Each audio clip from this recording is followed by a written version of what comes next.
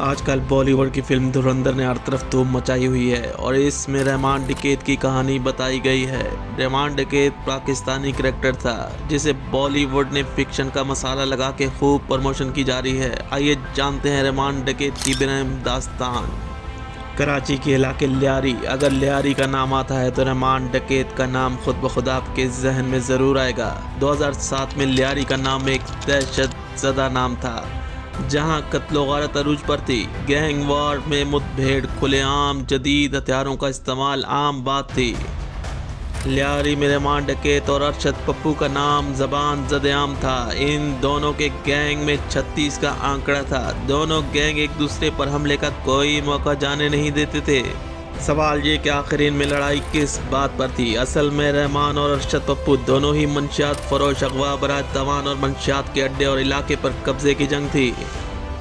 अब आते हैं आखिर रहमान डकैत कौन था। रहमान डकैत का जन्म लियारी के गरीब और गुंजान इलाके अफशानी गली में हुआ।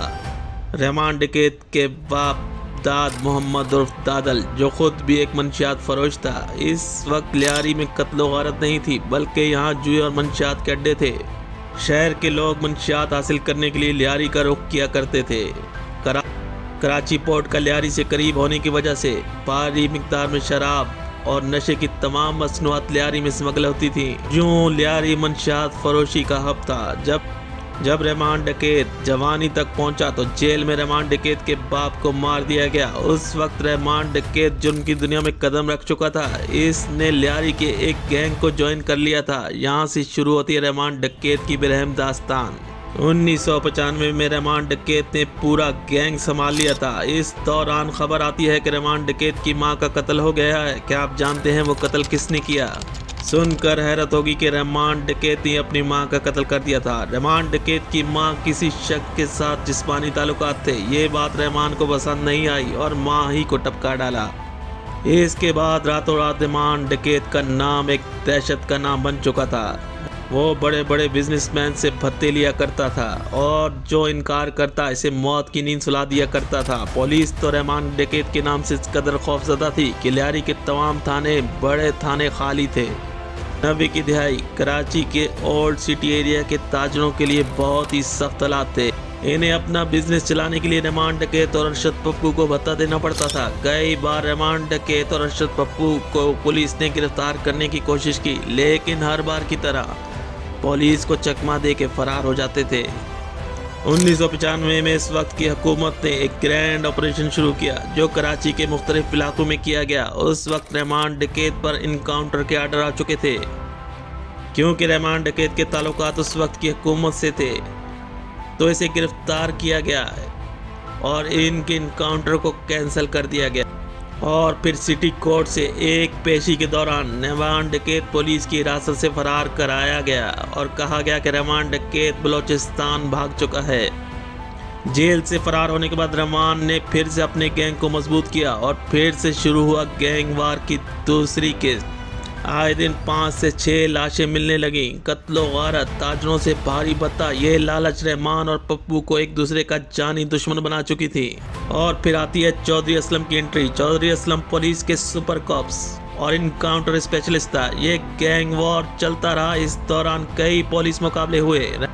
रहमान डकैत और अरशद पप्पू के पीछे पॉलिटिकल सपोर्ट थी। इस दौरान 2007 में जब बेनज़ीर पर कारसाज के मकाम पर एक जानलेवा हमला हुआ तो रहमान डकैत ने मौके पर ही बेनज़ीर को महफूज मकाम पर मुंतकिल किया था। फिर तो जैसे रहमान डकैत के लिए सियासी हमदर्दियां आ चुकी थी। पुलिस भी हिचकिचा रही थी रहमान डकैत पर हाथ डालने से। यहाँ चौधरी असलम को लियारी में गैंग खत्म करने का टास्क दिया गया था और फिर वही हुआ जो इस तरह के गैंग का हाल होता है। एक मुबैना पुलिस मुकाबले में चौधरी असलम ने रहमान डकैत को इनकाउंटर कर दिया और रहमान का दौर ख़त्म हो गया, लेकिन इसने अपनी लेगेसी लियारी में छोड़ दी थी। इसके बाद इस गैंग को संभाला उज़ैर बलोच ने। चौधरी असलम कई लोगों का टारगेट था और फिर लियारी एक्सप्रेसवे में एक बम ब्लास्ट में चौधरी असलम मारे गए। ये किसने किया, ये बात आज तक किसी को मालूम नहीं हो सकी। इधर लियारी में जहर बलोच के गैंग ने अरशद पप्पू को पकड़ लिया और इसकी ऐसी दर्दनाक मौत थी जिसका तस्वुर नहीं कर सकते। इसके सर को काट के इसके साथ फुटबॉल खेला गया। ये वीडियो पूरे शहर में फैला दी गई और कहा गया ये बदला रहमान डकैत के नाम से लिया गया है और यूं लियारी गैंग वॉर का खात्मा हो गया। लेकिन अब भी कई ऐसे लोग मौजूद हैं, या तो वो चुप हैं या रूपोश हैं। लियारी की आवाम की राय थी कि रहमान डकैत इनका सरदार था और इनका मसीहा था, लेकिन पूरे शहर के लिए दहशतगर्द था, कातिल था। ये था रहमान डकैत।